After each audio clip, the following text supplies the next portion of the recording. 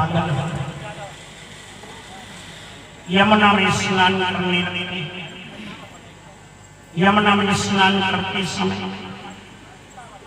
चारों तरफ भगवान कन्हैया की छवि दिखाई देती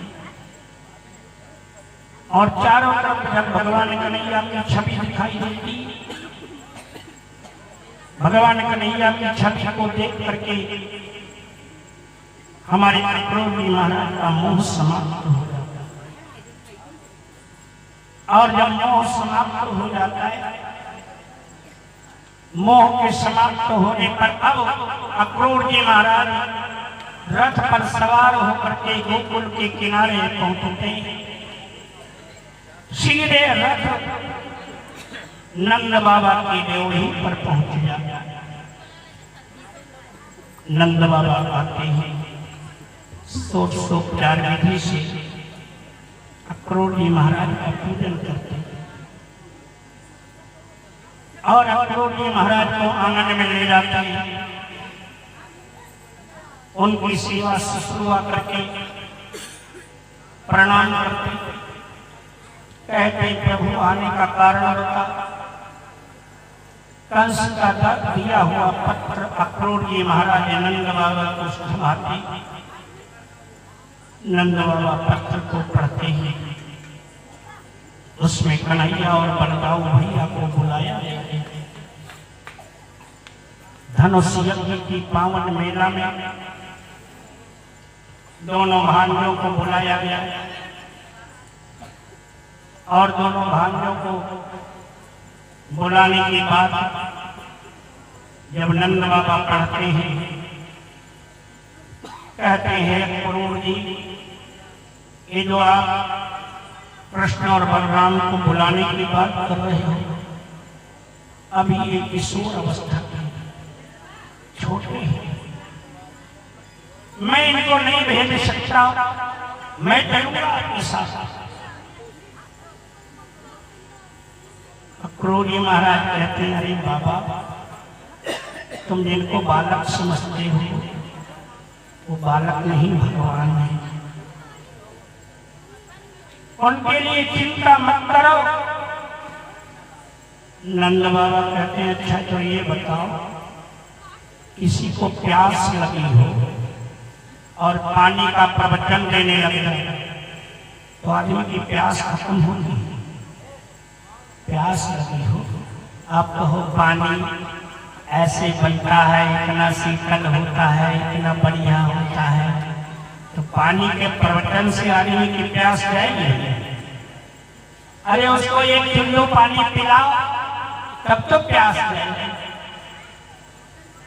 नंद बाबा ने कहा, हे प्रभु, ये मेरा लल्ला भगवान है।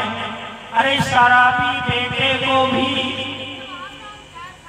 बाप जुदा नहीं करना चाहता है और आप कहते हो तुम्हारा कृष्ण भगवान है, तो मैं भगवान को जुदा होने दूं? आप बताओ।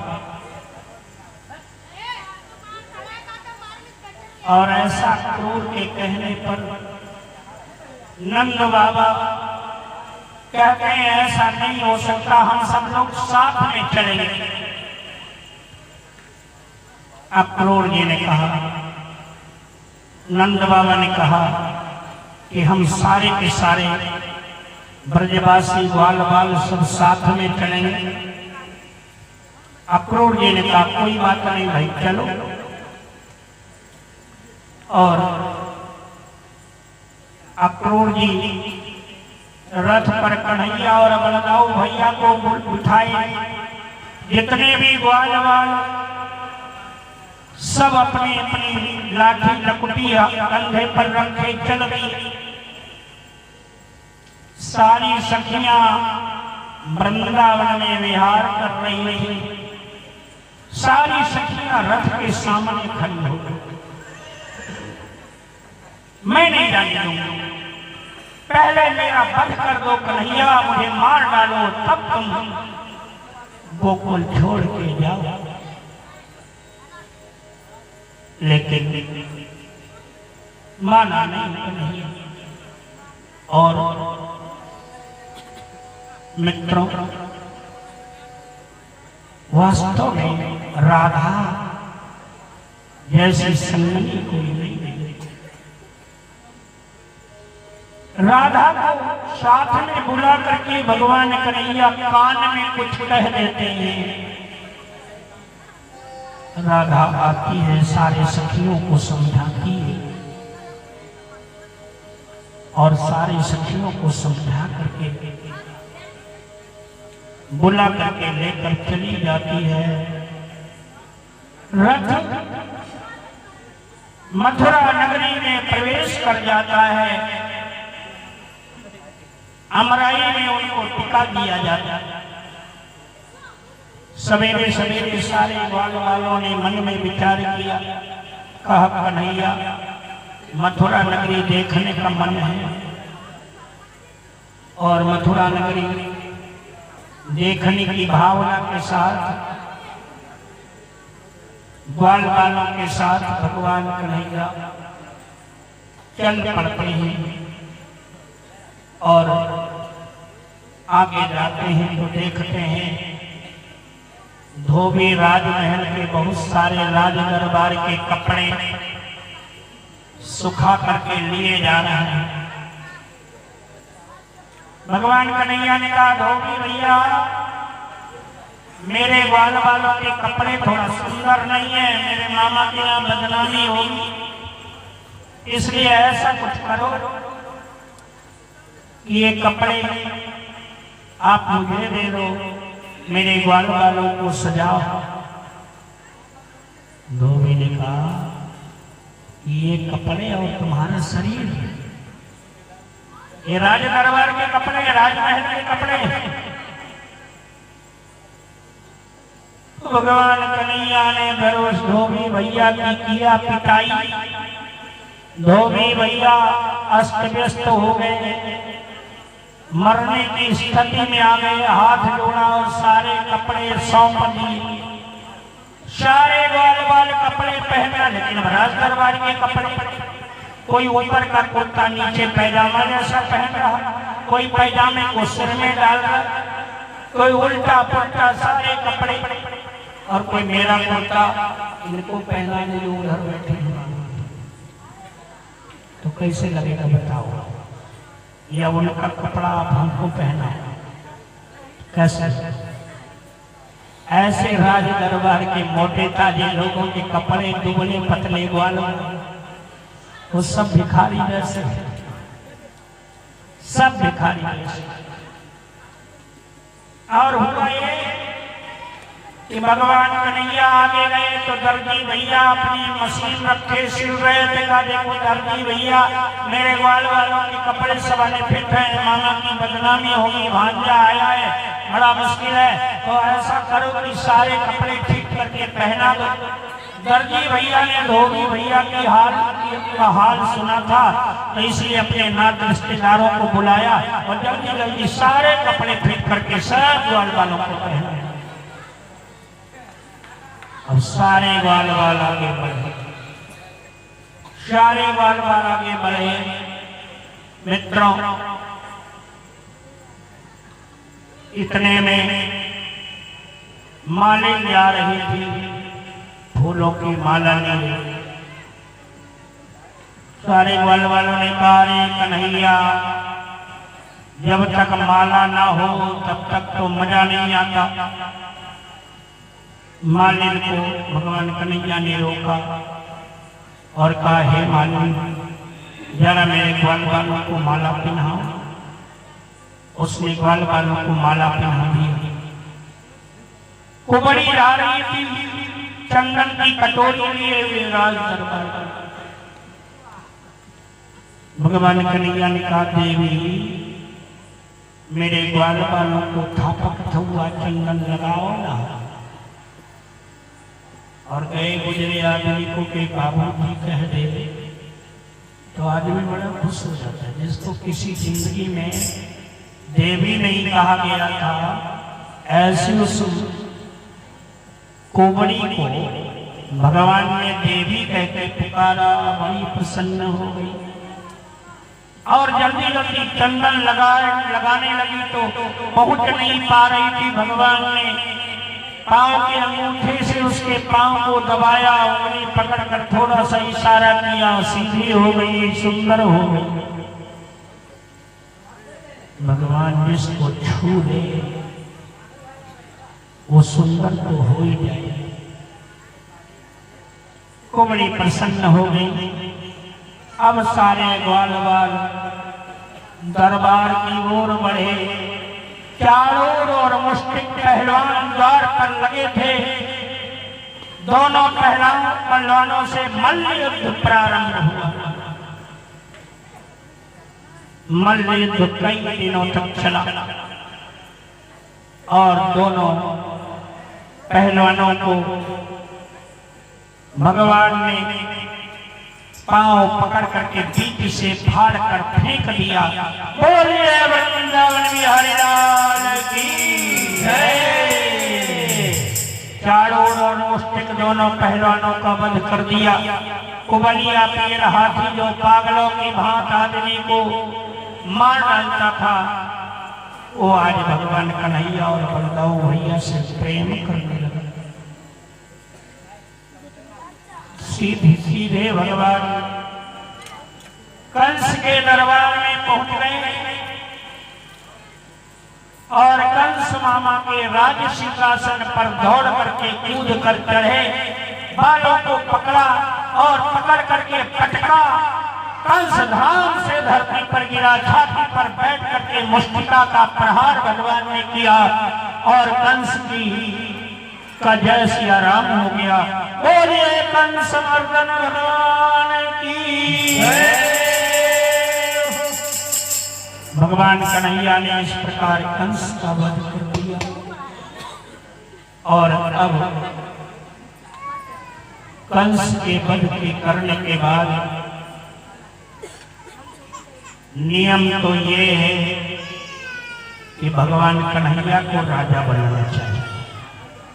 बनना चाहिए कि नहीं भाई? विजय भगवान कन्हैया ने प्राप्त किया, कंस को मार डाला, तो राजा भगवान कन्हैया को बनना चाहिए। लेकिन ऐसा नहीं किया भगवान ने। राम और कृष्ण दोनों धर्मावतार हैं, जीवन से धर्म को प्रस्तुत करके दिखाया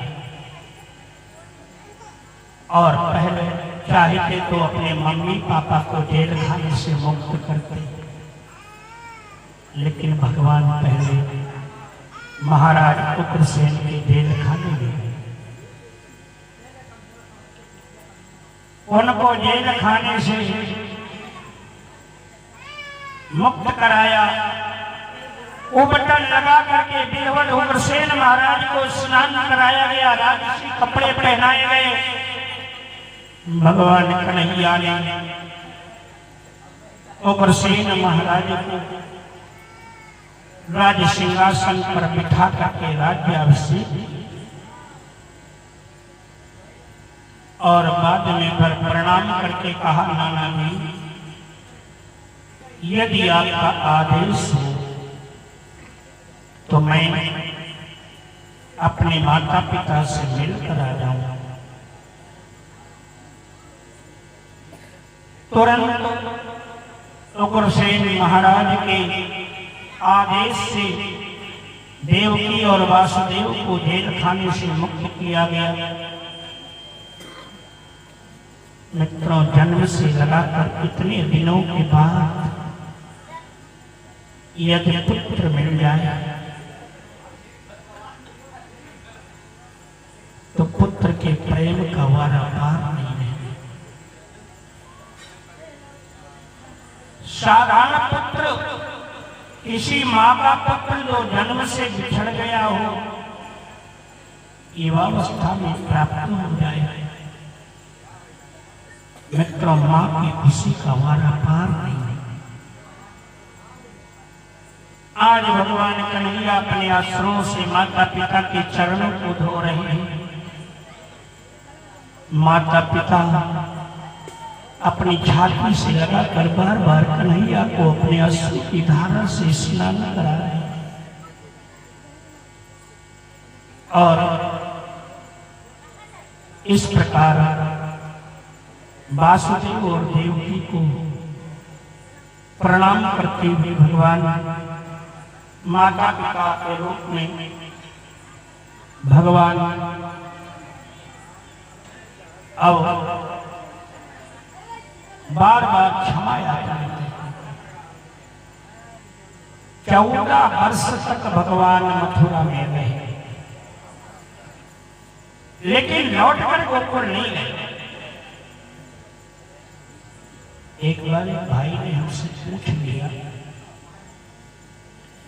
जब भगवान गोकुल में गोपिकाओं से प्रेम करते थे तो कम से कम हाल चाल लेने तो जा ही सकते थे, कोई रोकता था नहीं, रोकता था, लेकिन नहीं गए।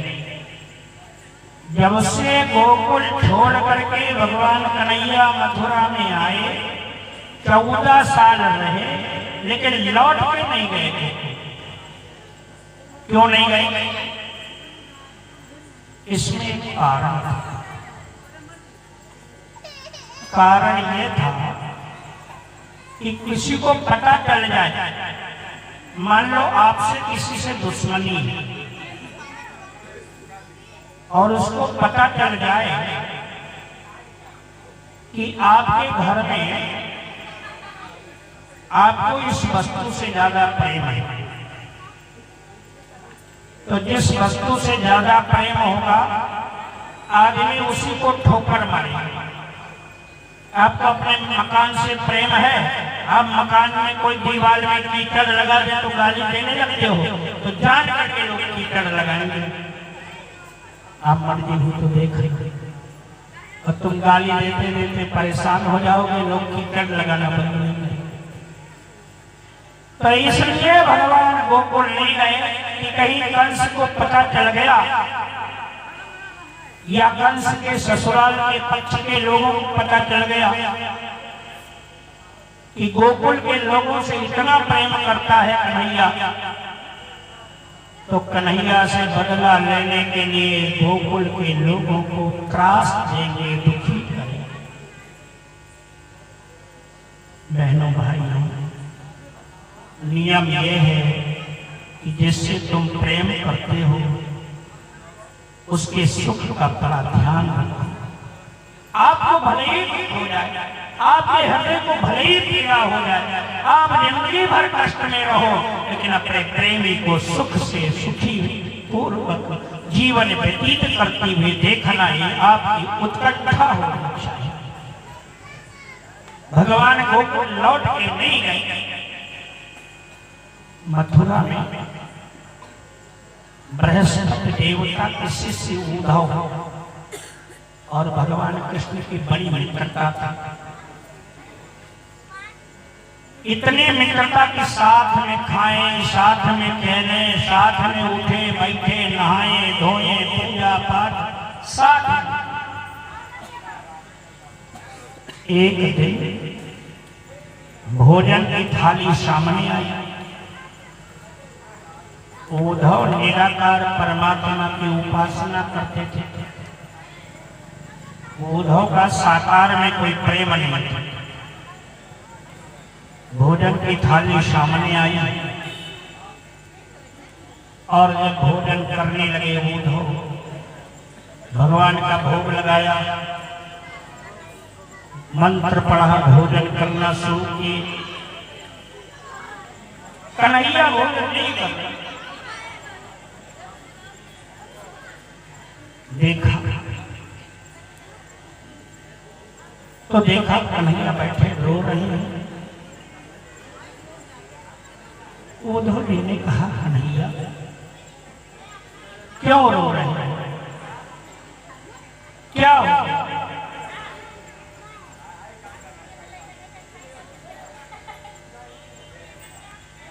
उद्धव ने कहा, भगवान कन्हैया ने कहा, उद्धव जब ये 56 व्यंजनों की थाली मेरे सामने आती है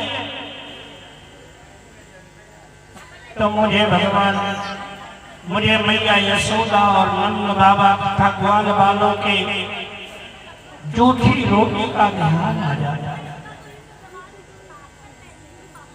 जब जब ये मक्खन लगी हुई रोटियां मेरे सामने आती हैं, जब जब व्यंजन सामने आते हैं, तब तक मेरे वो बाल बाल और बछड़े याद आ जाते हैं। कन्हैया के उद्धव ने कहा, हाड़ मांस में शरीर के कोई इतना प्रेम कर रहे हो?